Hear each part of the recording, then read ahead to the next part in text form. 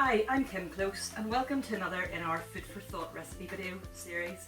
Today we are going to look at a really tasty recipe for spinach. You've got spinach seeds in your growing packs, so we're going to look at a tasty way to make a recipe of spinach and some other ideas for what to do with it. I have sizzling in the pan garlic, onions and ginger. We're going to make a very simple Saag Aloo today, which is an Indian side dish which you can use as part of a really tasty, healthy takeaway at home. What I'm going to do to the garlic, ginger and onion is add our spices, in which in this case it's turmeric, mustard seeds, cumin seeds and salt, and I'm just going to cook those for a little second, start to bring the flavours out.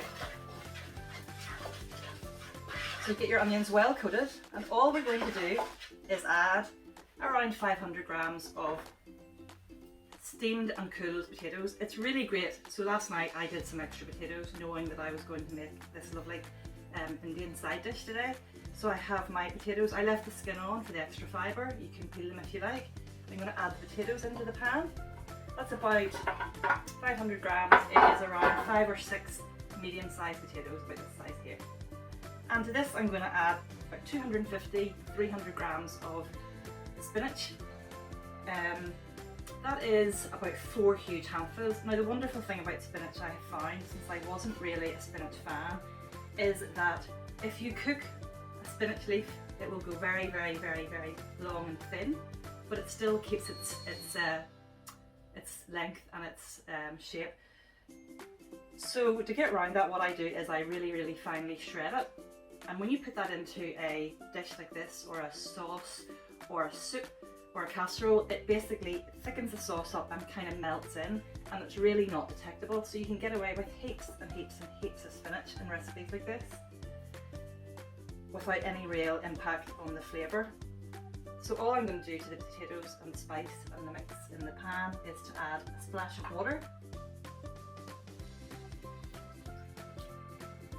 and we're going to simmer this for about 5 minutes until the potatoes are warmed through and the spinach has cooked and melted into the potato dish, and then that is ready to serve, believe it or not. So I'm just going to put the lid on this and come back in a few minutes when it's had time to steam and simmer. So just to recap, today we're making Saag Aloo, and in this pan I have some sweated off garlic, ginger and onions, to which I added the black mustard seeds, cumin seeds, salt and turmeric. If you don't have all of those spices, don't worry, you can just use a tablespoon of garam masala or mild curry powder. You'll get the same great tastes.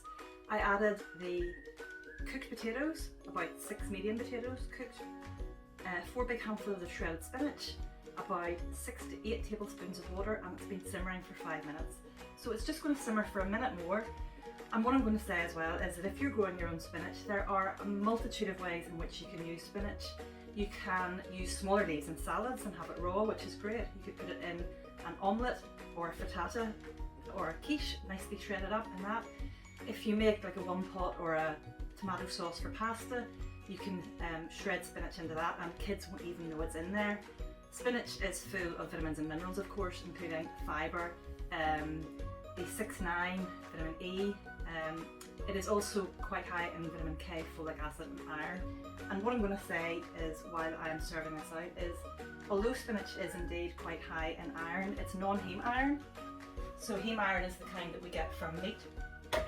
Non-heme iron is more difficult for us to absorb, so a clever trick when you're using spinach, or any green vegetable in fact, I'm just going to plate some of this up now so you can see it. That just looks fabulous. The potatoes have taken on the golden colour from the turmeric. It smells amazing.